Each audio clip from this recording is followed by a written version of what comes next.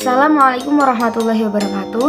Halo teman-teman, perkenalkan nama saya Ayu Salsabila Hediansyah dari Prodi Pendidikan Seni Rupa, Fakultas Bahasa dan Seni Universitas Negeri Semarang tahun 2021. Di video kali ini, saya akan mempresentasikan nilai intrinsik dan ekstrinsik yang terdapat pada suatu karya seni rupa. Selamat menyimak.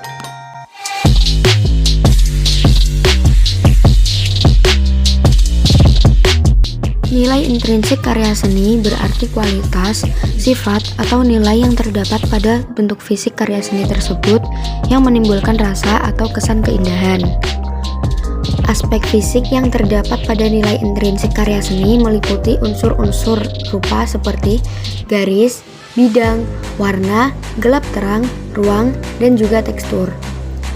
Struktur atau unsur-unsur tersebut akan menentukan kualitas keindahan fisik suatu karya seni rupa jika ditata sedemikian rupa dengan prinsip kesatuan, irama, keseimbangan, proporsi, dominasi, variasi, dan harmoni.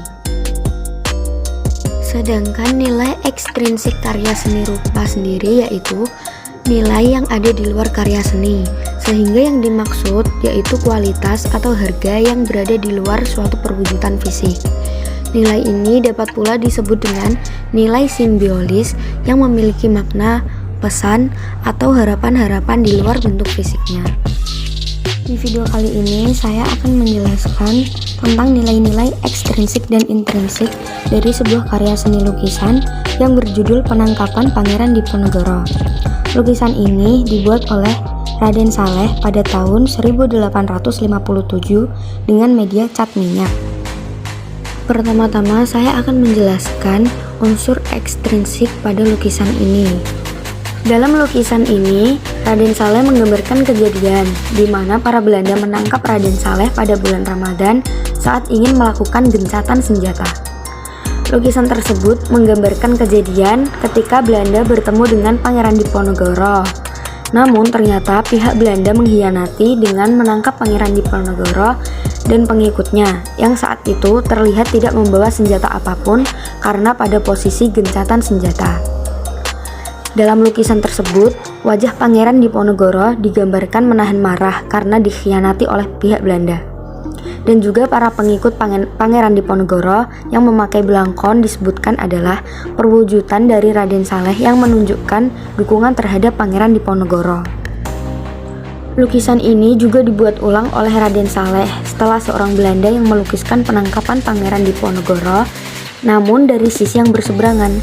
Seniman tersebut menggambarkan wajah Pangeran Diponegoro yang lesu dan pasrah saat dilakukan penangkapan, dan Raden Saleh tidak setuju akan hal itu. Kemudian Raden Saleh membuat lukisan Pangeran Diponegoro yang lebih sesuai dengan latar waktu dan kondisi pada saat itu. Dikatakan pula pada saat itu, Raden Saleh sengaja membuat postur kepala orang Belanda yang lebih besar daripada badannya untuk menggambarkan kekejaman orang Belanda terhadap Pangeran Diponegoro karena perlakuannya yang berkhianat. Selanjutnya, saya akan menjelaskan unsur-unsur rupa. Dimulai dari yang paling mendasar yaitu titik. Dalam sebuah karya seni rupa, elemen titik digunakan untuk melengkapi bagian-bagian terkecil. Hal ini biasanya nampak pada lukisan. Bahkan ada pula teknik lukisan yang menggunakan kombinasi berbagai variasi ukuran dan warna titik yang dikenal dengan sebutan pointillisme. Dalam lukisan ini sendiri, unsur titik dapat dilihat secara samar di bagian dedaunan di pepohonan dan detail-detail kain batik dan bordir di pakaian koloni Belanda. Yang kedua yaitu garis. Garis merupakan bentuk yang lebih panjang dari titik dan bisa dibedakan menjadi beberapa bentuk, yakni garis lurus, melengkung, panjang, pendek, horizontal, vertikal, dan lain-lain. Biasanya garis memberikan kesan dan simbol masing-masing sehingga dapat mempresentasikan ide, gagasan, dan lain sebagainya. Berdasarkan wujudnya, garis dibedakan menjadi dua, yaitu garis nyata dan garis semu. Unsur garis pada lukisan tersebut sendiri digambarkan secara tegas pada gambar manusia, yaitu koloni Belanda, Pangeran Diponegoro, dan juga pengikutnya.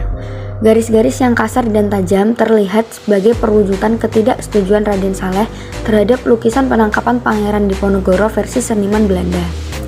Raden Saleh ingin menunjukkan bahwa pribumi tidak melihat penangkapan itu sebagai penyerahan diri Pangeran Diponegoro, namun sebagai bentuk pengkhianatan kolonial Belanda pada saat gencatan senjata. Yang ketiga yaitu bidang. Bidang akan terbentuk karena adanya pertautan antara garis yang membatasi suatu bentuk. Bidang sendiri memiliki dimensi panjang dan lebar, atau biasa disebut dengan pipih.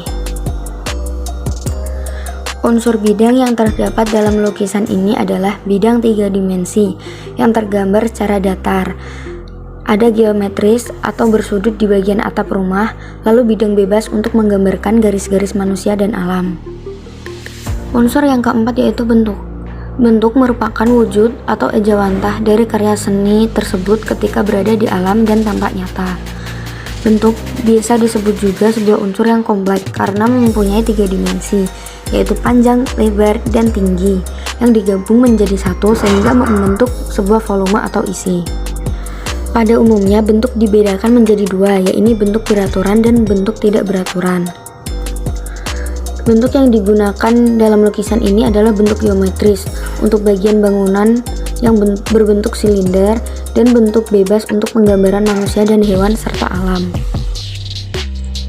Yang kelima yaitu tekstur. Dalam sebuah karya seni, salah satu unsur yang paling penting adalah tekstur. Tekstur merupakan sebuah unsur di mana unsur tersebut adalah sifat dari sebuah benda. Sifat-sifat tersebut bisa terkesan kasar, halus, mengkilap, licin, dan sebagainya. Pada umumnya, tekstur dapat dibagi menjadi 2 macam, yaitu tekstur semu, yang mana tidak nyata atau kesan saat melihat dan menyentuhnya berbeda. Dan yang kedua yaitu tekstur nyata, yang kesannya sama dari permukaan benda saat dilihat dan diraba. Tekstur berfungsi untuk memberikan karakter tertentu pada bagian bidang permukaan yang bisa menimbulkan nilai-nilai estetik. Tekstur yang terdapat dalam lukisan sendiri yaitu tekstur maya. Hal ini dapat kita lihat dari tanah dan pohon yang terkesan kasar, dan juga bangunan yang terkesan halus. Selanjutnya yaitu warna. Warna merupakan pantulan cahaya terhadap benda yang memiliki pigmen tertentu. Warna dikelompokkan menjadi warna primer, warna sekunder, warna tersier, analogus, dan komplementer. Warna yang dipilih oleh Raden Saleh pada lukisan ini cenderung tampak monokrom dan gelap untuk menunjukkan suasana yang tegang dan mencekam. Yang ketujuh yaitu ruang atau kedalaman. Ruang merupakan bagian dari unsur-unsur seni rupa 3 dimensi. Ruang bisa dirasakan langsung oleh penikmat seni seperti ruangan di dalam gedung, rumah, sekolah, dan lain-lain. Setiap bentuk pasti memiliki ruang. Oleh karena itu, ruang merupakan unsur dasar seni rupa yang harus ada. Ruang dibedakan menjadi 2 jenis, yakni ruang 2 dimensi dan juga ruang 3 dimensi. Unsur ruang yang terdapat pada lukisan tersebut merupakan unsur ruang semu, dikarenakan kesan ruang yang terdapat seperti pada bangunan dan alam di dalam lukisan tersebut dinyatakan melalui ilusi, lewat pengaturan gelap terang dan juga perspektifnya. Unsur yang terakhir yaitu gelap terang. Setiap objek tentunya memiliki intensitas cahaya yang berbeda di setiap sudutnya. Gelap dan terang memberikan kesan yang mendalam atau kontras dalam sebuah karya seni rupa. Teknik gelap terang dibedakan menjadi 2, yaitu chiaroscuro yang merupakan peralihan bertahap atau gradasi, dan siluet yakni bayangan tanpa peralihan bertahap atau gradasi. Unsur gelap terang pada lukisan ini sendiri yaitu cahayanya tampak nyata dan realis. Sekian video presentasi dari saya. Mohon maaf sebesar-besarnya apabila terdapat kata yang kurang berkenan ataupun penjelasan yang kurang tepat dan sulit dimengerti. Semoga bermanfaat. Wassalamualaikum warahmatullahi wabarakatuh.